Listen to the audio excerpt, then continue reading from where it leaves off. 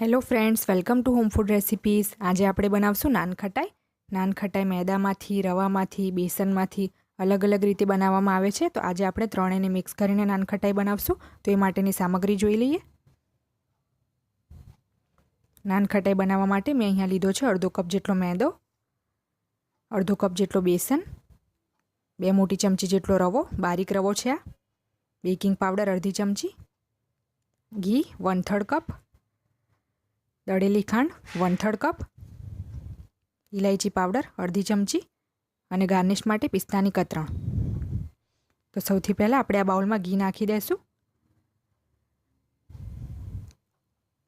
ઘી રૂમ ટેમ્પરેચરનું લેવાનું છે। હવે આપણે એમાં દળેલી ખાંડ પણ નાખી દઈશું।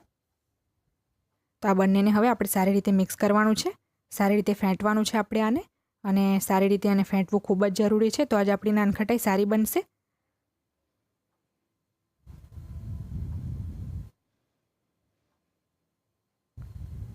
તો તમે જોઈ શકો છો મેં 1 મિનિટ માટે આને સારી રીતે ફેંટી લીધું છે। તો હવે આપણે આમાં મેદો નાખી દઈશું, બેસન પણ નાખી દઈશું, રવો પણ નાખી દઈશું, ઇલાયચી પાવડર અને બેકિંગ પાવડર પણ નાખી દઈશું। તો આ બધાને હવે આપણે સારી રીતે હાથથી જ મિક્સ કરી લઈશું। જો તમને આ મિશ્રણમાં ઘી ઓછું લાગે તો તમે 1 ચમચી ઘી નાખી શકો છો।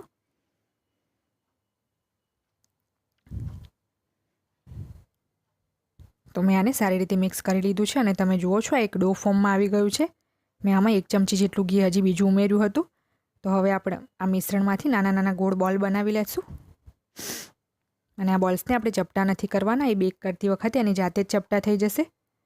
તો હવે આપણે આને બેકિંગ ટ્રેમાં મૂકીને વચ્ચે એક નાનું હોલ પાડીશું અને એમાં આપણે પિસ્તાની કતરણ મૂકી દઈશું ગાર્નિશ માટે। જો તમે ચાહો તો અડધી બદામને કરીને પણ એમાં ચિપકાવી શકો છો। તો આ રીતે આપણે બાકીની બધી જ નાનખટાઈ બનાવી લઈશું। તો મેં બધી જ નાનખટાઈ બનાવી લીધી છે। હવે આપણે આને પ્રીહીટેડ અવનમાં બેક કરીશું। તો આ નાનખટાઈને આપણે 180 ડિગ્રી પર પ્રીહીટેડ અવનમાં 10 થી 12 મિનિટ સુધી બેક કરીશું। અલગ અલગ ઓવનમાં અલગ અલગ સમય લાગી શકે છે।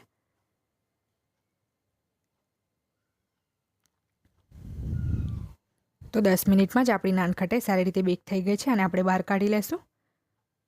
તમે જોઈ શકો છો ખૂબ જ સરસ નાનખટાઈ બેક થઈ છે આપણી, ક્રેક પણ આવી ગઈ છે। તો ફ્રેન્ડ્સ, રેડી છે આપણી નાનખટાઈ। જુઓ આ પાછળથી પણ એકદમ સારી રીતે બેક થઈ ગઈ છે, સહેજ પણ વળી નથી। તો આ દિવાળી પર તમે આ નાનખટાઈને ચોક્કસથી તમારા ઘરે ટ્રાય કરો। તમે આને એરટાઇટ કન્ટેનરમાં સ્ટોર કરીને 10 થી 15 દિવસ સુધી રાખી શકો છો। જો તમને મારી આ રેસીપી પસંદ આવે તો મારી ચેનલને લાઇક, શેર અને સબસ્ક્રાઇબ કરવાનું બિલકુલ ના ભૂલશો। સબસ્ક્રાઇબ બટનની બાજુમાં જે બેલ આઇકન છે એને પણ ક્લિક કરો, જેથી તમને મારા દરેક વિડીયોની નોટિફિકેશન મળતી રહે। જો તમારે મારો આ વિડીયો હિન્દીમાં જોવો હોય તો એની લિંક મેં ડિસ્ક્રિપ્શન બોક્સમાં આપી દીધી છે। તો મળીએ નેક્સ્ટ વિડીયોમાં, ત્યાં સુધી આવજો।